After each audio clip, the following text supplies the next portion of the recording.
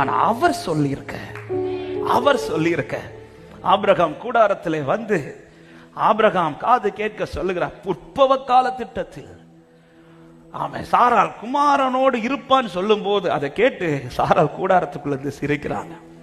சிரித்ததும் நீ சிரிச்ச எல்லாம் சொல்லிட்டு சொன்னது அவர் திருப்ப எடுக்கல. சாராள் காது கேட்க மறுபடியும் சாராளை பார்த்து சொல்றார், கர்த்தரால் ஆகாத காரியம் உண்டோ என்று சொல்லிவிட்டு திரும்ப அதே வார்த்தை எடுத்து சொல்றார். அதுல ஒண்ணு கூட மாற்றல. அவள் காது கேட்க மறுபடியும் சொல்ல, உற்பவ கால திட்டத்துல நீ ஒரு குமாரனோடு இருப்பாய். அதன் அர்த்தம் என்ன?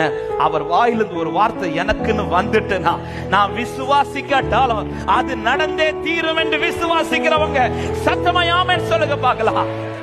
இந்த வார்த்தையை சரியாய் அறிந்து நான் விசுவாசிக்காவிட்டாலும் அதுக்காக விசுவாசிக்க கூடாதுன்னு சொல்லல, விசுவாசிக்கணும். ஏன் இந்த வார்த்தையை சொல்றாங்க? ஒருவேளை நம்முடைய விசுவாசம் பலவீனமான, சில நேரத்துல பலவீனமா இருக்கலாம்.